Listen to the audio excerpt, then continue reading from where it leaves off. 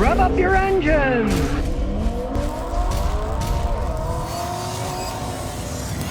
Well, here's some news that might sadden people. A lot of people in our forecasting, the next recession, when it comes, and we all know it'll come because we live in a capitalist society that goes up, gets too excited, blows up, and then sinks and gets too low and then comes back up, that Ford may not be able to survive the next recession. There's a lot of debt at Ford. A lot of debt. And they put a big bet on China. And their sales in China is not working out all that well. The stock, of course, is at really low valuations. Debt here, sales down. They're not going to value a company very highly. That's just how that stuff goes. Now, they have invested billions into electric cars, but that's in the future. Believe me, these things aren't going to be selling like hotcakes for a long time. They're investing billions in that. If they don't get anything back, they're borrowing all this money. They're putting money into future technologies. Maybe it'll pan out. Maybe it won't. The F-150 is the bread and butter for it. It accounts for 90% of their profit. Yes, 90% of their profit. All your eggs in one basket. Hey, who knows? Price of gasoline really gets high. People aren't going to be driving big gas guzzlers. There's no arguing that. Now, as I said, Ford has invested a lot into China, but it doesn't seem to be working out. In 2019, their sales there went down 26%. They want it to go up. It's actually going down. So in our case, expanding into China really isn't working out all that well. Kind of following the sheep there. A bunch of them already went there. They went there, thought that, hey, it's going to be profitable.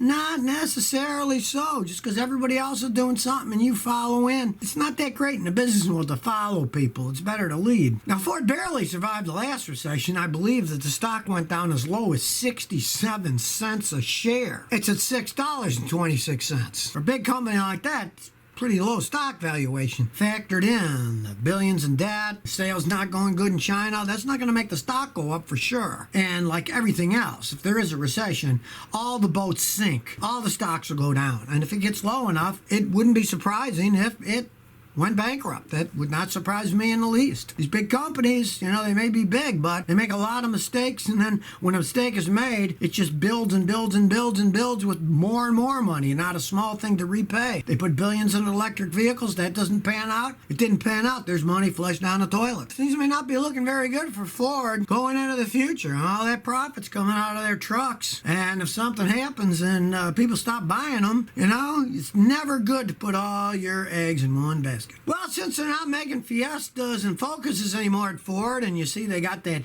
gigantic buyback because of the bad dual clutch transmission, it's going to cost them a whole bunch of money. Ford now says they're going to replace those with a small pickup at under $20,000. It's codenamed P758. Hopefully they'll give it a better name than that when they actually start making them. It's going to be a unibody pickup truck. It's not going to be a conventional truck with a frame and strong. So they're going to be smaller trucks. It's probably, I'm thinking those Subaru-sized ones they sold ages ago that were unibody ones too. If somebody wants a small little pickup truck, not for carrying a whole bunch of stuff, but handy for pulling things around. It'd probably be kind of like the Fiesta-based Courier that they used to sell. That was based on a Fiesta unibody platform, so they figured there's a market for small pickup trucks. The plan is to build them in Mexico and build about 100,000 of them a year. They'll be smaller than the Rangers and about $5,000 cheaper than the Rangers. Now, nobody knows what they're eventually going to call it because that's their secret name, the P number, but they're banking on people want to get smaller pickup trucks for stuff.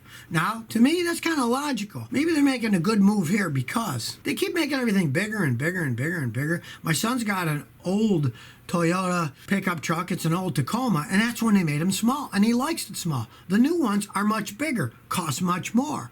As for example, I had a customer just buy one. It was $31,000 for a 4-cylinder one, made in Mexico. If they can sell them for less than that, if they can sell them for $20,000, there's probably a big market for a small pickup truck for people who want a small truck that they can pay less for. So we'll see what the future brings. We don't even know what they're going to call it yet, but they said they are going to build a smaller pickup truck. Sean Doe 2000 says, Scotty, I got a 2019 Toyota Corolla with 15,000 miles. We bought it new and it came with a 2-year, 20,000-mile free maintenance program. They include adding this Crex graphite engine lubricant every oil change. Should I continue to do this? No.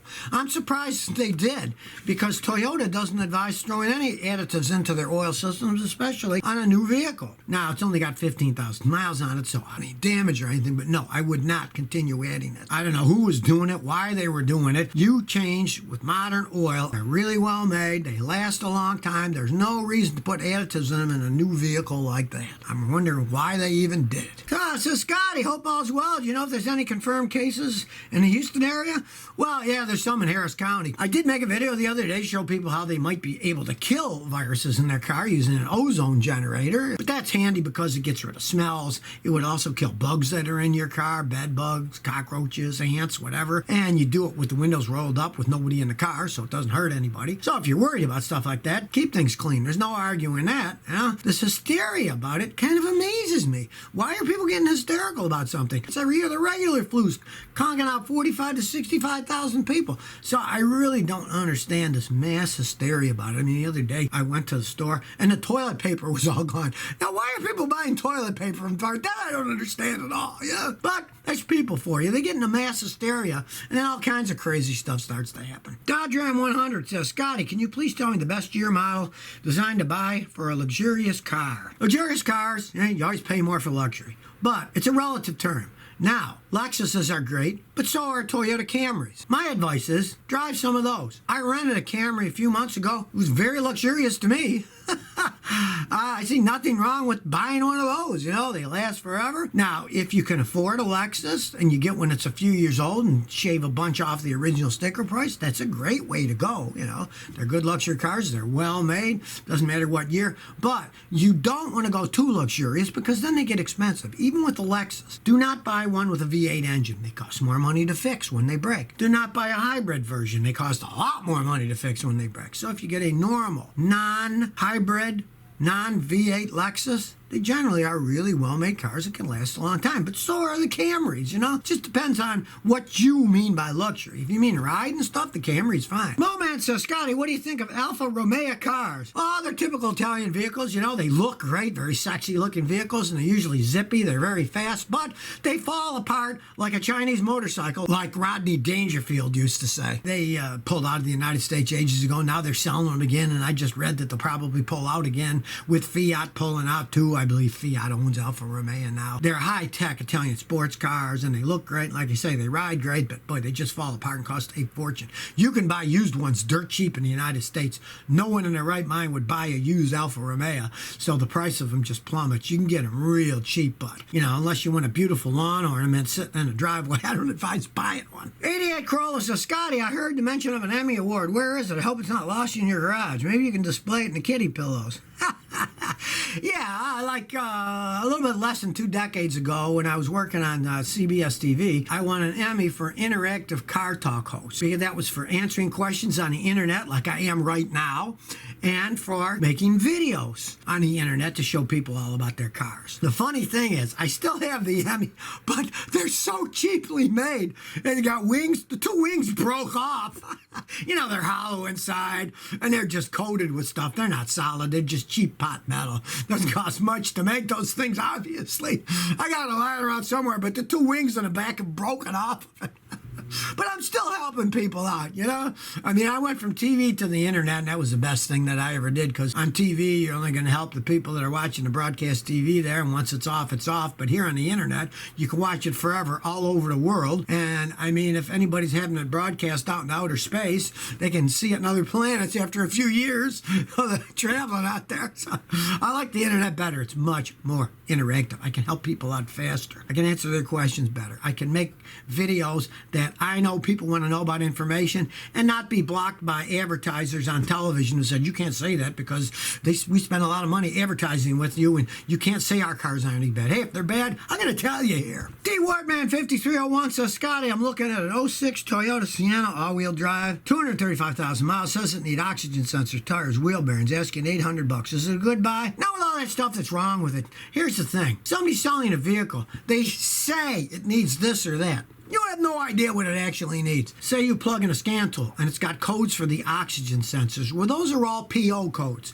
Those are what are called generic codes. It can say it's got these oxygen sensor codes. Could be the oxygen sensors. Could be the computer. Could be catalytic converters. Could be all kinds of things. So you don't know what's wrong with it. Now, if that thing ran really good and went down the road with that kind of mileage, 235 and being 14 years old, hey, it's worth $1,500 to $2,000 then. But with all those problems, basically Really, it's worth almost nothing. And if you're willing to buy it for almost nothing, start putting money into it, that's your gamble. But with that kind of mileage, I wouldn't buy one that has any kind of problems. It's not worth it. Unless it's obvious stuff like it needs brakes and stuff that are simple to do.